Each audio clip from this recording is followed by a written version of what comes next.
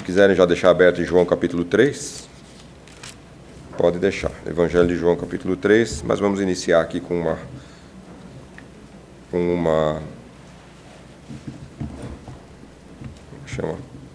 uma prévia aqui. Então vamos lá. A começar pelo que o pastor José estava falando aqui agora, você percebeu que existe uma sensatez ou insensatez da nossa postura diante de Deus, né? Então, quando nós entendemos o recado de Deus, ou como Deus está falando conosco, ou o que Ele está dizendo para nós, estamos sendo sensatos segundo o reino de Deus. Se não entendemos, estamos sendo sensatos segundo o mundo, não é isso? E não segundo Deus. A mensagem de hoje trabalha em cima disso, para a gente poder meditar e acrescentar em nós um pouquinho mais desse entendimento, que a gente possa colocar a nossa vida um pouco mais na postura do sensato diante de Deus e não do insensato. O próprio Jesus chama insensato, nos chama de insensatos muitas vezes, ali nas Escrituras, mas às vezes ele chama alguém, ele elogia alguém, diz assim, nem em Israel vi tanta fé, ou ele diz, o Senhor, a tua fé te salvou, então ele está ali concordando com essa pessoa e está dizendo, você tem uma postura de sensatez diante do reino de Deus, certo? E essa insensatez, o que é? Vamos começar um pouco com a definição da palavra. A sensatez é a qualidade de quem age com prudência, tá? Equilíbrio e bom senso. Envolve tomar decisões considerando a razão, a experiência e as consequências sem se deixar levar por impulsos ou emoções momentâneas. Então, vamos pensar um pouquinho, falando dessa palavra prudente que entrou aqui, que ela entra como um sinônimo da palavra sensatez. Algumas semanas atrás houve uma pregação sobre as virgens. O pastor José pregou sobre as 10 virgens, não pregou? O que é sensato? Ser prudente, estar diante de Deus e estar esperando a vinda do noivo, não é isso? Que a igreja esteja esperando a vinda do noivo. Então é que ela esteja se enchendo do azeite, para que não chegue naquele dia e não falte o azeite para ninguém. Não é isso? Isso é ser sensato no reino de Deus. E o que é o insensato? O que é o imprudente nesse caso? Aquele que deixou passar, que foi deixando para lá, e quando chegou a hora, faltou azeite. Certo? É simples de entender essa parte. Então, a grande questão nossa é o quanto um é insensato para uma coisa e sensato para outra, o quanto a coisa começa a se complicar quando o ser humano começa a entrar em ação com todas as suas considerações a respeito. Quando um advogado diz assim, veja bem, aí você pode, a coisa complicou, entendeu? Ele fala, veja bem. Você fala, não, isso aqui está certo, está errado. Ele fala, veja bem. Esse veja bem complica tanto a história, não é verdade? Pastor Luiz que o diga, né? Entendeu? Então, o que significa? Quando o cara fala, veja bem, ele fala, peraí, é que tem mais coisas para considerar além da simples frase que você disse. Não é isso? E o ser humano é tudo cheio, nós somos cheios dessas coisas. E nós temos uma complicação ainda maior. A gente fica colocando veja bem onde não devia ter. A gente fica dizendo que a gente pode agir assim por causa disso, ou por causa daquilo, por causa daquilo. A gente fica arrumando jurisprudência na nossa vida comum. Então a gente tem uma facilidade de achar que está tudo bem com a gente. A gente tem uma facilidade de empurrar, de nos colocar numa posição em que, não está bom, mas eu estou sendo sincero. Cuidado, ser sincero não é ser íntegro, toma cuidado. São duas coisas um pouco separadas aí. Ser sincero é bom, lógico, você está olhando para o espelho e dizendo para você mesmo que tem problema, tudo bem. Entendeu? Mas não pode parar por aí, né? Você tem problema, tem que resolver o problema. Né? Não é isso que é o ideal, não é isso que é o bom para todos nós? Então, o que nós temos que fazer? Geralmente, esse bom senso, essa sensatez, ela é ligada ao equilíbrio emocional, interrelacional, ou seja, qual for o tipo de situação que está metido. Mas o que parece sensato para uma pessoa pode parecer totalmente imprudente para outra, totalmente insensato para outra. E aí há uma necessidade de que seja reavaliada a linguagem com que se conversa quando está se conversando com alguém, quando está tendo um relacionamento e quando a sensatez para um parece normal e para outro parece uma coisa completamente absurda. Culturas diferentes a gente percebe. Você vai viajar para um outro país, lá eles falam uma linguagem completamente diferente em certas coisas. Por exemplo, eu vi um angolano pregando na igreja uma vez, ele tinha acabado de chegar de Angola, e ele falou o que para nós era um palavrão, em hipótese alguma seria dito num púlpito. Mas ele disse com a maior naturalidade. Por quê? Porque lá, no país deles, não é palavrão. E está tudo bem. Graças a Deus, a igreja, uma igreja que tinha bastante contato com missões e com tudo, entende bem essa posição. Agora, se for uma daquelas igrejas, falou que não devia ter esse homem daí.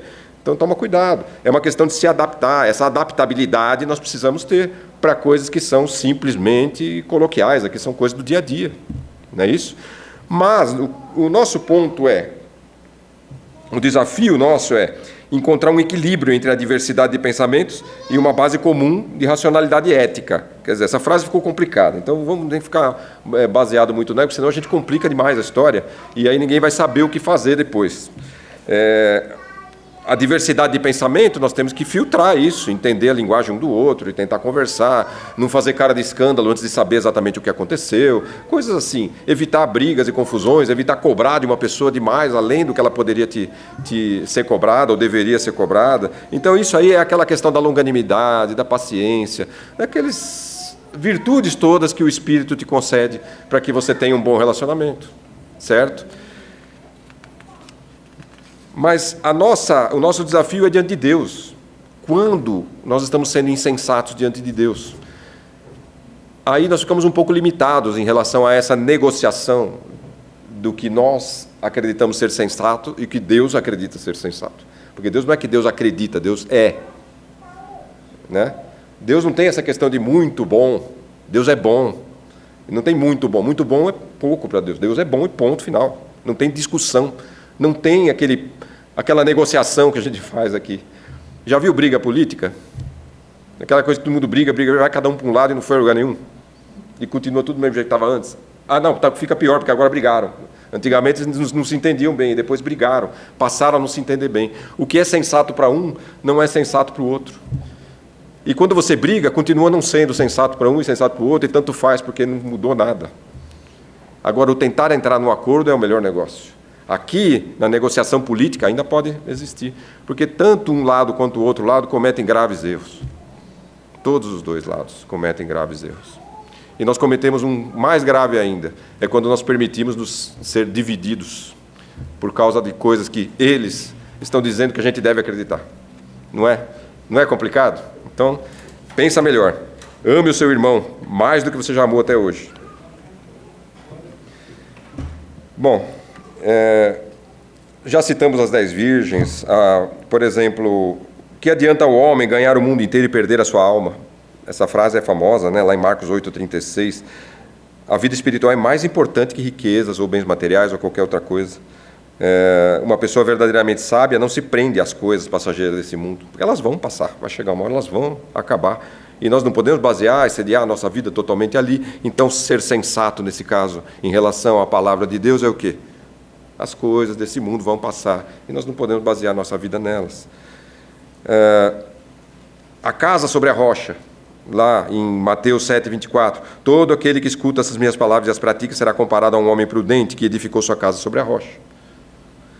Jesus não disse assim, se você achar que a minha palavra é importante, não foi isso que ele disse. Ele disse, aquele que edifica, aquele que escuta essas minhas palavras e as pratica, ou seja, é semelhante àquele que edificou a casa sobre a rocha. E aquele que não faz isso é aquele que edificou a casa sobre a areia e a casa desabou quando veio as intempéries aí de cada situação.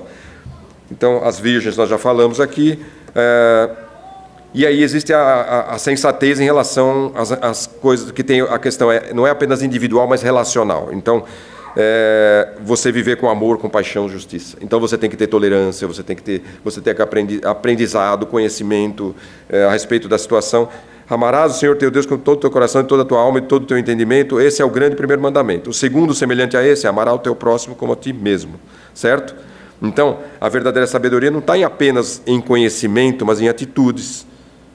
Atitudes, acima de tudo, Deus, mas em relação ao próximo. E grande parte do que é amar a Deus sobre todas as coisas se manifesta quando você está amando o próximo como a ti mesmo, certo? Tá? Então vamos lá. Agora nós vamos entrar aqui no João capítulo 3, que depois dessa introdução aqui, a gente vai no João capítulo 3. Deixa eu só conferir ali como é que está virando o reloginho. Veja, a sensatez aqui em Nicodemos. Então Nicodemos vai procurar Jesus por causa de uma conversa. Mas vamos fazer o seguinte, vamos ler o texto que aí a gente fica mais por dentro do que está acontecendo, certo? Então João capítulo 3, versículo 1. Havia entre os fariseus um homem chamado Nicodemos, um dos principais judeus. Este, de noite, foi ter com Jesus e lhe disse, Rabi, Sabemos que és mestre vindo da parte de Deus, porque ninguém pode fazer estes sinais que tu fazes se Deus não estiver com ele. A isto respondeu Jesus: em verdade te digo, que se alguém não nascer de novo, não pode ver o reino de Deus. Perguntou-lhe Nicodemos: como pode um homem nascer sendo velho? Pode, porventura, voltar ao ventre materno e nascer segunda vez? Respondeu Jesus: em verdade te digo, que quem não nascer da água e do Espírito não pode entrar no reino de Deus. O que é nascido da carne é carne, o que é nascido do Espírito é Espírito. Não te admires de eu te dizer: importa-vos nascer de novo. O vento sopra onde quer, ouves a sua voz, mas não sabes de onde vem, nem para onde vai. Assim é todo o que é nascido do Espírito. Então lhe perguntou Nicodemos: como pode suceder isso? Acudiu Jesus: tu és mestre em Israel e não compreendes essas coisas? Pensa bem nessa pergunta aqui. Em verdade te digo, que nós dizemos o que sabemos e testificamos o que temos visto. Contudo, não aceitais o nosso testemunho. Se tratando de coisas terrenas não me credes, como crereis se eu vos falar das celestiais? Ora, ninguém subiu ao céu, senão aquele que de lá desceu, a saber, o Filho do homem, que está no céu. E do modo por que Moisés levantou a serpente no deserto, assim importa que o Filho do homem seja levantado, para que todo o que nele crê tenha a vida eterna. Porque Deus amou o mundo de tal maneira que deu o seu Filho unigênito para que todo o que nele crê não pereça, mas tenha a vida eterna. Porquanto Deus enviou o seu Filho ao mundo, não para que julgasse o mundo, mas para que o mundo fosse salvo por ele. Quem nele crê não é julgado. O que não crê já está julgado, porquanto não crê no nome do unigênito Filho de Deus. O julgamento é este, que a luz veio ao mundo, e os homens amaram mais as trevas do que a luz, porque as suas obras eram más. Pois todo aquele que pratica o mal aborrece a luz, e não se chega para a luz, a fim de não serem arguidas as suas obras.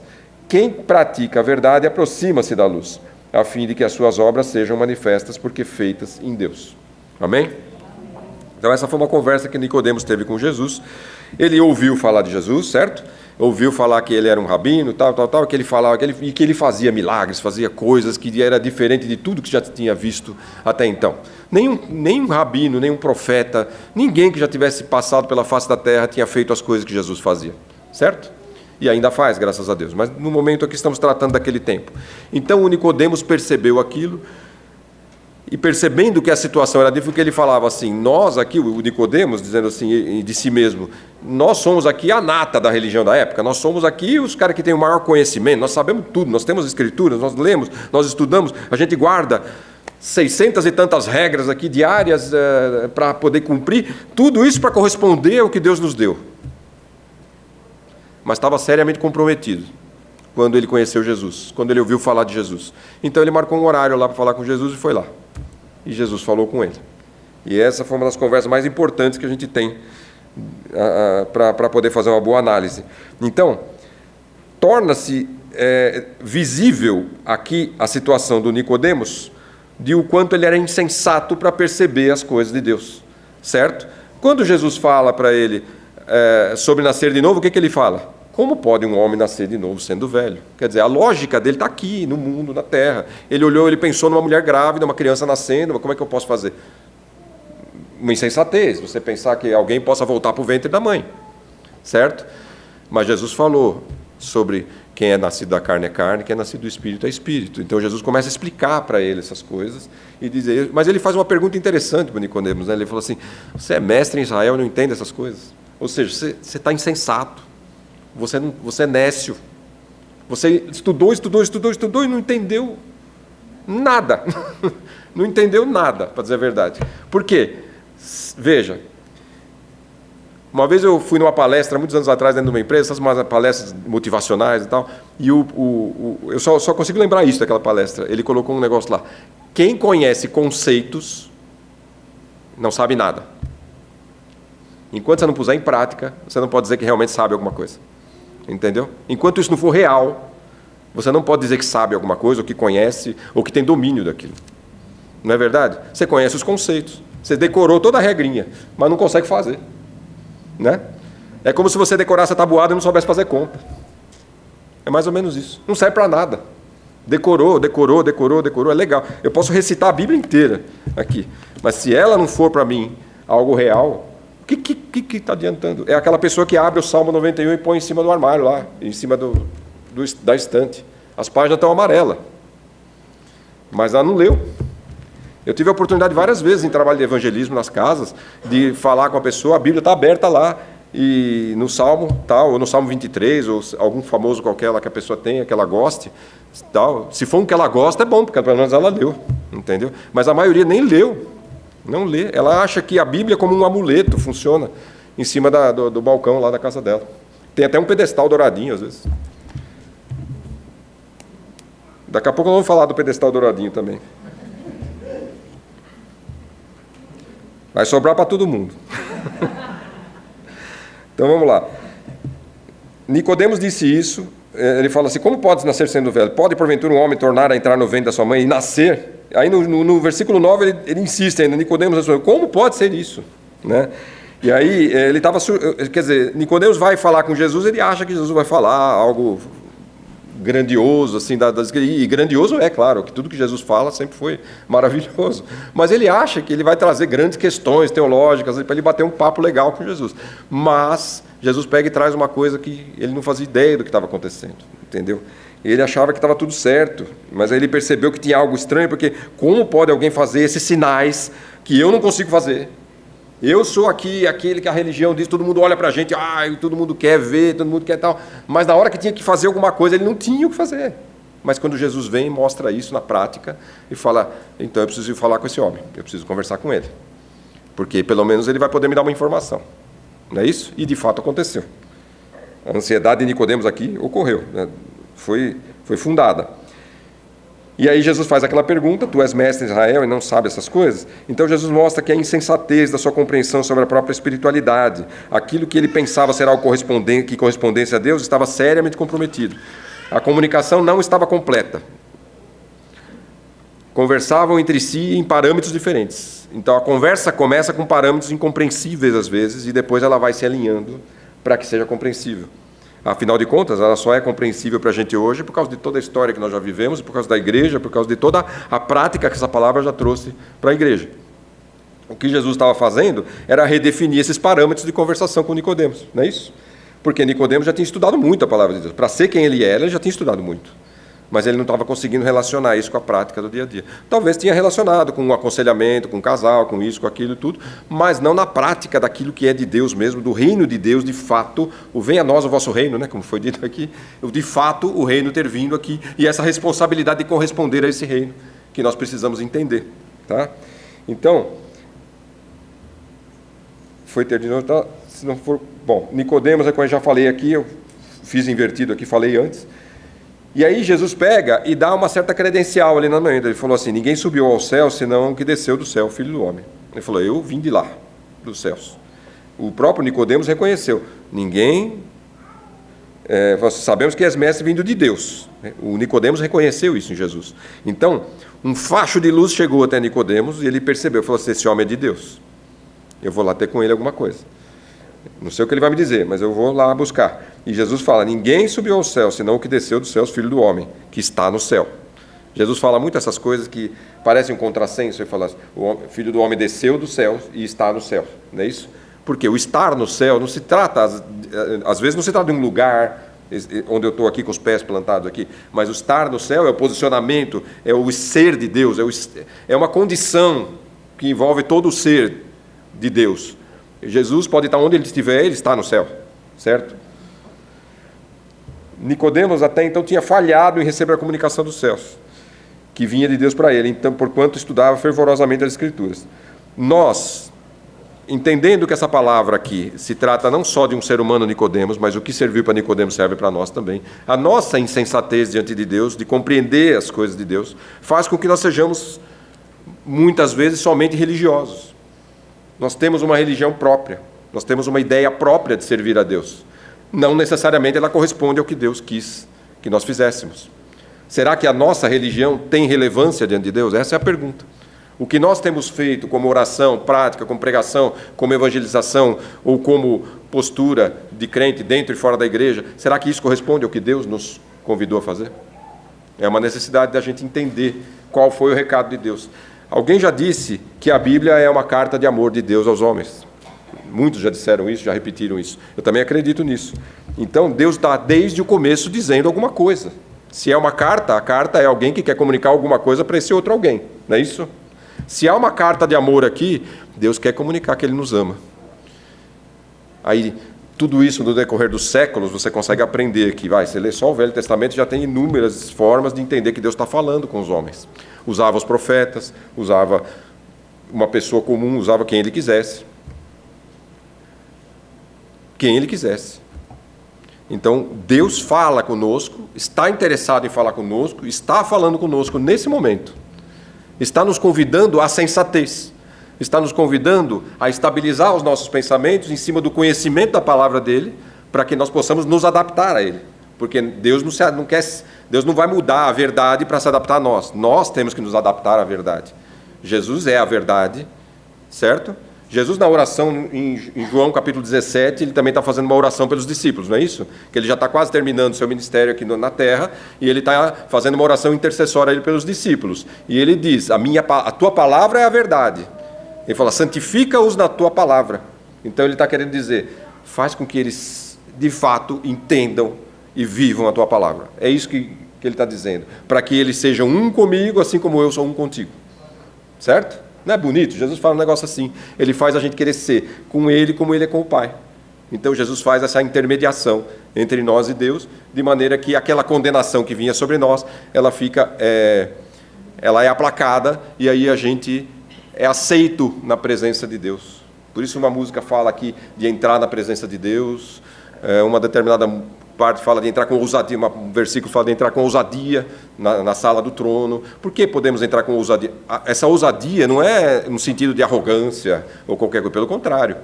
A gente vai entrar na presença de Deus buscando o quê? Reconhecendo quem Deus é. Uma vez você reconhece quem Deus é, você se põe no seu lugar. Eu sou humilde pecador, e desculpa aí, mas eu peço perdão, tal, essas coisas. A gente vai, Senhor, posso entrar? É aquela pedido de licença. Não é escancarando a porta, entrando, entende? É uma questão de posicionamento, de postura. Por que você talvez não precise se ajoelhar de fato para orar, mas por que a gente faz isso, esse gesto? Importa que o seu coração esteja de joelhos diante de Deus, mas se você se ajoelha para orar, o que você faz? Qual que é o gesto? O gesto é de humilhação diante de Deus mesmo. É de me colocar no meu lugar. Senhor, eu me curvo diante do Senhor. E se tem alguém que nós precisamos nos curvar e que é digno disso, é Ele. É o Senhor Jesus. É o Senhor Deus Todo-Poderoso. E pela presença do Espírito Santo é que nós podemos fazer isso. Graças a Deus o Espírito Santo te lembra que você tem joelho. Né? Então, nós nunca poderemos viver a vida que Deus nos propõe com o padrão de sensatez do mundo. O padrão de sensatez do mundo vai dizer para você certas coisas que não vão caber. Você merece mais. E começa aquela coisa toda. Cuidado, o mundo ele vai te exaltar até que interessar para ele. A hora que você tiver um farrapo, você está sozinho. Difícil. Tá? Um farrapo que eu digo na espiritualidade. Aí é Deus que te resgata. Aí você volta para a cruz de Cristo de novo. E você vê ela lá e você diz, a cruz ainda está lá. Precisamos conhecer os parâmetros de Deus para obtermos os resultados do reino de Deus, certo? A informação bíblica somada à revelação de Jesus como o Cristo. Então, veja, primeiro veio aqui essa questão da religiosidade pessoal e a fé em Jesus Cristo. São duas coisas que podem ser completamente diferentes, certo?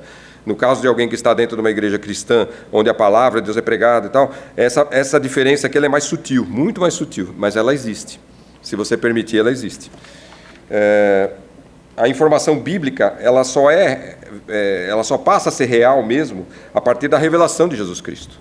Se nós não entendemos quem é Jesus, a impressão que me dá é que isso aqui vira tudo história da carochinha, porque não, é só história. Ela não vai fazer nada para você assim, de uma maneira de fato, né? Então, Jesus pega e faz um comparativo. Aqui Jesus entra naquela parte da serpente. Jesus faz o comparativo da serpente levantada no deserto, para salvar os que morreriam picados por serpente com a sua morte sacrificial na cruz, para salvar os que tinham a sua morte como certa. Então, veja, não sei se todos conhecem aquela passagem no Velho Testamento, lá no Antigo Testamento, isso é lá em Números 21, o povo começa a murmurar. Tem um determinado ponto lá, vitórias, derrotas e tal, mas em um determinado momento o povo começa a murmurar. não um só momento, mas aqui nesse momento foi assim, e começa a reclamar que ali já não tem comida, que não está bom, que não sei o quê, e eles simplesmente se esquecem de todo o favor que Deus fez e que tudo que eles pediram, sempre que foi possível, que Deus atendesse às orações deles. Mas acontece assim, que ali eles estavam passando por um período realmente assim de trânsito, de deserto, de peregrinação, mas eles estavam reclamando, e essa reclamação ela é contra Deus naquele momento. Por quê? Porque eles se esquecem do que Deus tem feito, porque Deus tem sustentado eles dia após dia ali naquele lugar. Mas eles se esquecem disso e começam a reclamar da vida. E aí vêm serpentes e começam a picar o povo, e essas serpentes, muitos morrem. Mas aí Deus pega e manda Moisés levantar uma serpente de bronze numa haste. Ele coloca numa haste, e para quem olhasse e contemplasse aquela serpente, ficasse curado do veneno das serpentes. E muitos foram salvos dessa condição. O que Deus estava criando ali não era um sistema de idolatria autorizado, homologado na palavra de Deus. Não era isso que ele estava criando. Tanto é que essa mesma serpente foi destruída por o rei Ezequias, né? O rei Ezequias mandou destruiu lá a serpente, deram um nome nela, chamaram de Neustã. Neustã é de cobre, significa de cobre. Essa palavra significa o seguinte: essa serpente não é mais do que um objeto de cobre. Por quê? Porque o povo já estava queimando incenso em adoração, já estava fazendo era um desvio. Tá? Agora, aquela serpente, assim como para nós é muito complicado de entender, às vezes na primeira vez você lê aquilo, você fala, o que será que significou essa tal de serpente que fica todo mundo olhando, sendo que lá em Êxodo 20, Deus tinha dito para não fazer imagem de nada, nenhuma coisa e tal. Não é isso? Parece um contrassenso, não é isso? Mas Deus manda fazer. Mas Jesus vem aqui agora e fala da serpente. Ele fala, assim como Moisés levantou a serpente no deserto, importa que o Filho do Homem seja levantado, para que, naquela época, aqueles que foram picados e morriam pela serpente eram curados, certo? Quem contemplasse. Agora, quem contemplar a cruz de Cristo também é curado. De que forma? Curado da insensatez do mundo para entrar na sensatez do reino de Deus. Curado para poder compreender as coisas do reino. Curado, transformado, mudado, mente transformada. Você entendeu que aquela cruz veio para curar. Então, a imagem que nós temos que ter da cruz não é a imagem da morte, olha que desgraça, tal. A imagem que nós temos que ter da cruz é a cura do ser humano. Ele morreu para quê? Vamos pensar um pouquinho na serpente de novo. Quando a pessoa contemplava a serpente de bronze, a pessoa não morria. Quem que morria? A serpente, não sei, deve ter morrido, claro. Mas quem morreu? Morreu a morte que matava a pessoa, certo? Aquilo que estava na pessoa matando ela, aquilo morreu. Então, a morte que estava tentando te matar, morreu. Quando você olha para Jesus, Jesus morreu, matou a morte. Ele matou aquilo que te matava. Certo? Não é interessante? Então, quando você olha para a cruz de Cristo, você vê o quê? Ai, quanto sangue, ai, que coisa, ai, que medo que eu tenho daquilo, ai, que maldade fizeram com ele. É nós que fizemos essa maldade, nós fizemos. Como foi a figurinha que você mandou lá hoje? O Billy Graham lá, né? Do Barrabás, isso. O que foi que aconteceu? Quem recebeu essa figurinha aí hoje? Muitos devem ter recebido. Interessante, na hora que mandou aquilo, eu falei, aqui, tá vendo? Isso vai entrar na pregação de hoje. Então, deixa eu lembrar lá, ele falou, eu tinha dificuldade de entender, ele achava um exagero o Jesus ter morrido no lugar do Barrabás, não é isso? Ele falou, até que ele entendeu o quê? Que Barrabás sou eu sou o cara, eu fiz isso. Eu teve uma pessoa que se converteu num contato que tinha comigo uma época, e ela olhava assim, quando falava da crucificação, ela começava a chorar, tamanho o desespero que ela tinha só de pensar na cena. Ela não foi capaz de assistir aquele filme Paixão de Cristo, porque ela não conseguia ver aquela cena.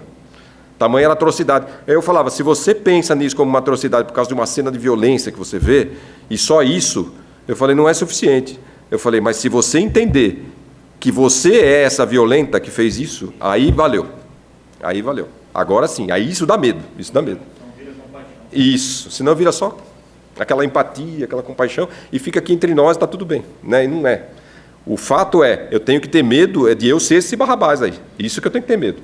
E aí eu tenho que falar, eu tenho que me afastar de ser o Barrabás, eu tenho que desistir de ser o Barrabás, eu não quero.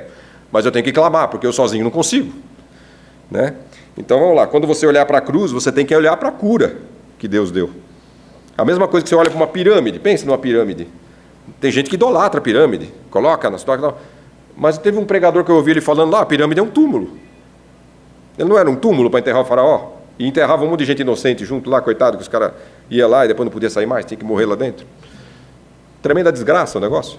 E você vai colocar na tua sala e dizer, a pirâmide. Entendeu? Um contrassenso. É um contrassenso. Depende para quem, a pirâmide é uma porcaria. Depende para quem, a pirâmide é uma obra de arte. E dependendo para um outro, é um objeto de idolatria. Mas é como a serpente. Se ela passar a ser um objeto de idolatria, não serve mais para o reino de Deus. Passa a ser contrassenso. E é a mesma serpente que estava lá. Se a cruz de Cristo não for algo que mexe com você de tal maneira a causar essa mudança do insensato para o sensato no reino de Deus, não está acontecendo. Precisa acontecer. Porque senão, eu vou dizer assim, vi Jesus na cruz, creio que Jesus foi na cruz por minha causa, mas quero continuar sendo Barrabás. Essa é a ideia. Ninguém quer, né? Oficialmente ninguém quer. Certo? Então, a questão nossa está em corresponder ao que Deus tem comunicado. Se a carta de amor de Deus está falando comigo, eu tenho que me sentir amado por ela. É sensato me sentir amado. É sensato perceber o amor de Deus nas Escrituras. E a hora que eu percebo o amor de Deus nas Escrituras, é sensato eu corresponder a Ele. Amando a Deus sobre todas as coisas e ao próximo como a ti mesmo. Ao próximo como a mim mesmo. Certo? Como é que se faz isso? Todas as situações da sua vida vão, de alguma forma, contribuir para isso. Seja para você vencer ou fracassar. Mas todas as situações da sua vida, é quase tudo, quase tudo. Posso dizer que ou tudo ou quase tudo. Tudo. Se você for pensar naquilo, aquilo te dá uma oportunidade de ser assim ou assim, de encarar desse jeito ou daquele jeito. O que fica meio misturado na cabeça da gente é que as informações são muito variadas. Então, se você for pensar cada detalhe, segundo isso, é meio complicado, mas você tem que ter um princípio. E o princípio é a palavra de Deus. Percebe? O amar a Deus sobre todas as coisas.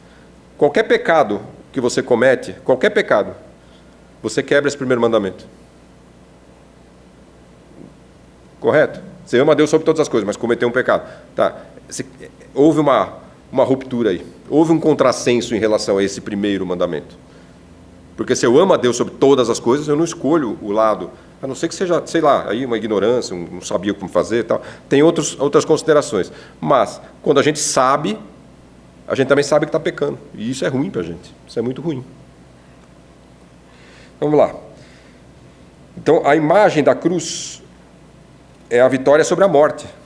Porque Jesus disse que venceu a morte, não é isso? Ele foi lá, ele morreu porque perdeu a vida? Não. Ele morreu. Aliás, na verdade, não foi ninguém que matou ele, foi ele que se entregou. Não é isso? Mataram por uma questão de... Estavam cumprindo aquilo que Deus estava fazendo. Mas ele estava lá, cumprindo a vontade dele. Cumprindo a vontade de Deus naquele momento. Jesus até passa por aquela luta, porque a humanidade de Jesus queria que fosse diferente. Senhor, se for possível, passa de mim esse cálice, porque está difícil isso aí. E a gente também aqui na Terra também tem isso. Tem muito disso. Senhor, está difícil isso aqui. Mas o nosso senso, uma vez estando com Deus, é chegar nessa frase e dizer, Senhor, se é a tua vontade, que seja feito. Não é isso? E que a gente consiga, né, chegar nesse ponto. Então, aqui, sabendo que Cristo morreu por nós, então o que a gente chega? Ao contemplarmos a cruz de Cristo, contemplamos não a morte dele, mas a morte da morte em nós. Certo? É o mais próximo que a gente pode chegar aqui numa frase, digamos assim. Depois o resto é você com Deus aí que consegue chegar. Desde a criação, Deus procura se comunicar conosco. Veja lá, tivemos outra pregação aqui sobre a criação, há uns dias onde Deus... um tempo atrás. Então foi lido umas partes importantes da pregação, e o que aconteceu? Deus vai criando, até que chega a criação do homem, não é isso? Depois da criação do homem, veio o sábado e ele descansou. Por que descansou? Deus não descansa porque está cansado. Certo? Deus descansa por quê? Porque terminou. Ele criou o que tinha que criar. E quando Deus tem um propósito, Deus fica em dúvida. Vamos criar os matinhos primeiro ou as avezinhas primeiro? Não, eu acho que não fica assim. Eu acho que Deus tem um plano e executa o plano. Eu penso dessa forma. Deus se levanta do seu lugar para fazer uma coisa que não vai dar certo?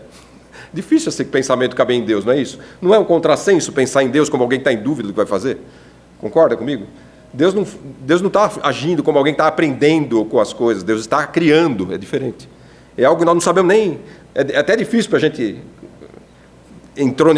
deixar entrar na gente esse negócio. É difícil. Porque a gente não é assim, né? A gente é limitado. A gente vai fazer, mas tem dúvida, porque tem que aprender sobre isso, sobre aquilo, tem um monte de coisa. Deus não, Deus estava criando. As coisas nem existiam ainda, ele estava criando. A hora que ele cria, ele termina o homem. Então veja, toda aquela criação, de toda essa criação, qual é aquela que tem comunhão com ele? Não é o homem? O que acontece aqui? Deus criou tudo aquilo para o homem. Daí a ideia de que o ser humano é a criação de Deus, é a obra-prima de Deus. Porque tudo isso foi feito para o homem. E aí vem aquela ideia de que o sábado é para o homem, não o homem para o sábado. Entende? Porque Deus descansou ali daquela obra. Existia uma marca no Velho Testamento de que para celebrar isso, para fixar isso, na mente, existia algo didático que Deus fazia e tal, guardem o sábado, façam isso. Mas depois Jesus fala, não, peraí, não é para ficar essa coisa, ninguém pode pegar um matinho, não vai por esse lado aí. Deve ter centenas de livros escritos sobre isso no mundo, a respeito de se pode fazer uma coisinha no sábado, se não pode. Eu conheci uma pessoa que caía a chupeta da criança no chão, não pegava a chupeta, porque era sábado. Entendeu? Então começa a entrar num lado que passa a ser um contrassenso. É a história da serpente que passa a ser idolatrada. Já não pode ser assim. Tá certo? Mas o que também não podemos idolatrar o homem. Também vai ser um contrassenso. Então, amar a Deus sobre todas as coisas tem que caber nesses lugares todos. Você tem que fazer caber na tua vida isso aí. Não de adaptar a palavra de Deus, adaptar a você, adapta a sua vida, para que isso caiba no senso de que amar a Deus sobre todas as coisas é o próximo quanto a ti mesmo. Isso tem que caber na tua vida. A tua vida tem que caber aí, certo? E aí vai ser sensato. Aí Deus vai olhar para você e vai dizer, bom, gostei, é isso aí, você entendeu. É isso aí. A carta de amor funcionou, chegou no destino.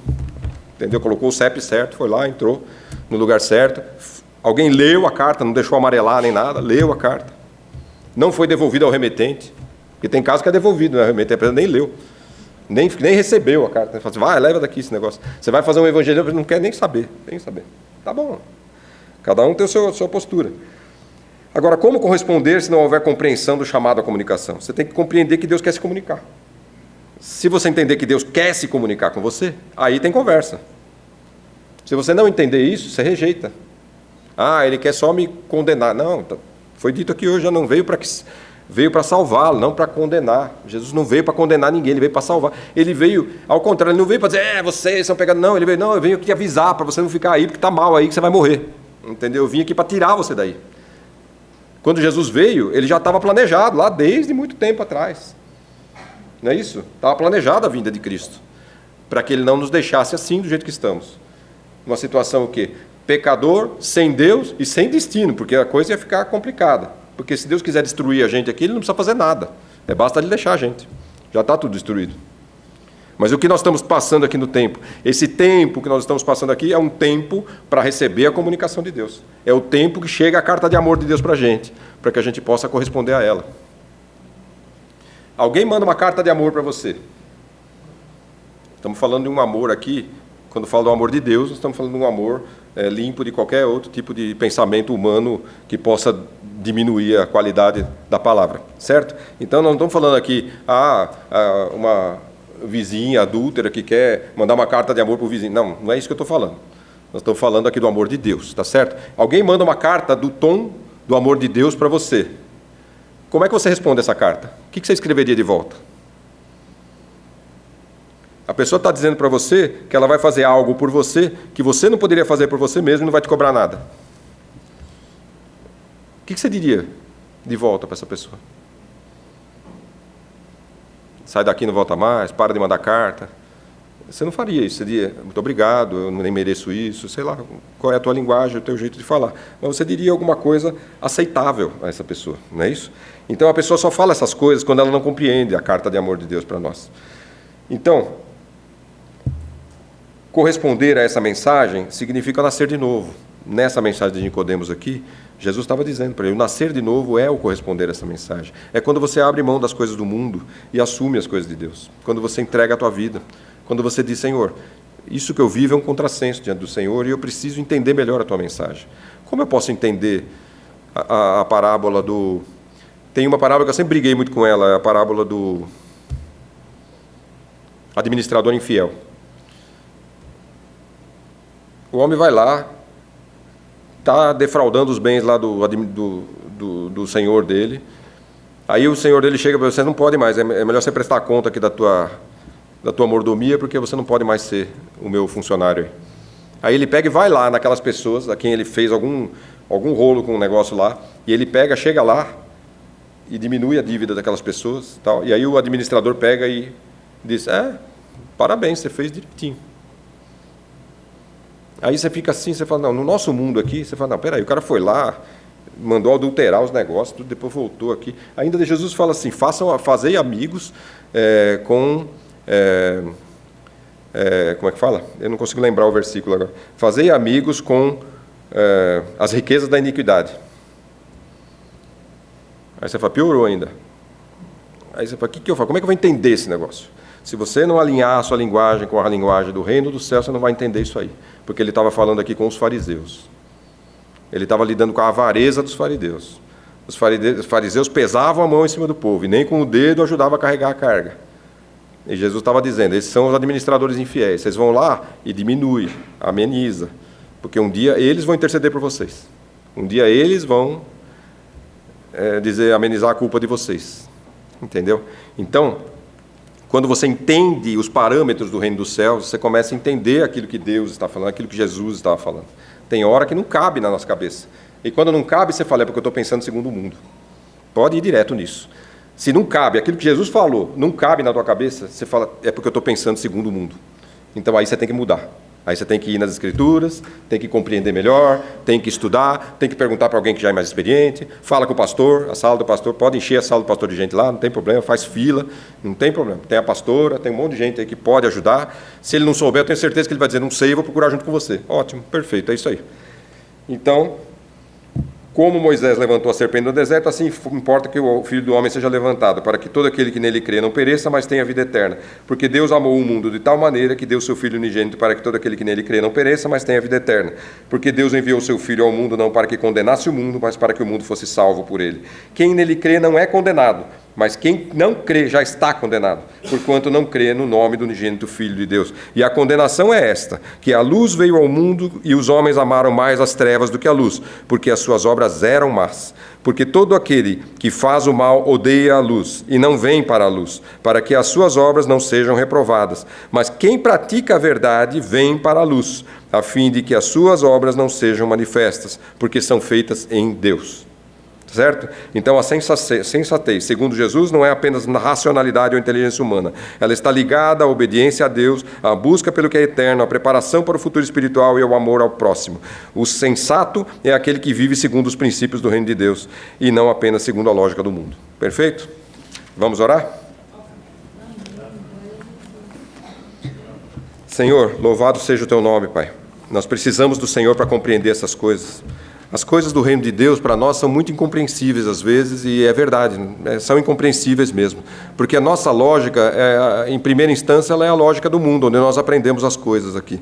Muitas vezes aprendemos segundo a pancadaria, de uma maneira figurada, que vivemos aqui na Terra. Vamos vivendo e aprendendo, muitas vezes por ofensa, muitas vezes por dificuldades, por cobranças excessivas, por julgamentos e tudo mais. Vamos acumulando tudo isso na nossa mente, mas o Senhor é quem nos liberta dessas coisas. O Senhor é quem traz à nossa mente a realidade de que o Senhor não está contra nós, mas a favor de nós, mas o Senhor está dizendo coisas que não são compreensíveis, mas o Senhor está nos dando ferramentas para entender o que é compreensível e tornar compreensível a Tua palavra. Então ajuda-nos a entender o que o Senhor está dizendo. E se tem alguma coisa na minha vida e na vida desses irmãos que não está de acordo, que não é um bom senso diante do reino dos céus, que o Senhor possa nos ajudar, iluminar a nossa mente para que a gente possa entender isso e praticar isso. Porque aquele que pratica essas coisas é sensato. Aquele que pratica aquilo que o Senhor ensinou é sensato.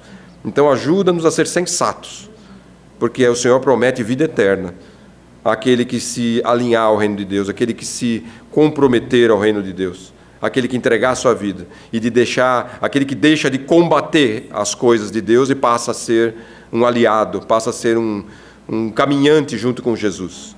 Ajuda-nos, Senhor, a andar contigo e não a ficar lutando e tentando decidir ir por outros caminhos, como se pudéssemos dizer para o Senhor: vou sair por outro caminho e encontro com o Senhor logo mais à frente. Não podemos ter essa arrogância dentro de nós, mas temos que ter a humildade de saber que o Senhor é o caminho, o Senhor sabe o caminho, o Senhor sabe onde devemos pisar, onde é seguro pisar. Ajuda-nos, ó Pai, a não brincar com a nossa vida, e pedimos perdão se temos feito algo deliberadamente, porque às vezes vamos banalizando a Tua presença e precisamos voltar à oração, precisamos voltar aos exercícios espirituais, a essa luta que precisamos travar dentro de nós para que sejamos santos, baseado na Tua promessa de santidade. Em nome de Jesus, muito obrigado, Senhor. Amém.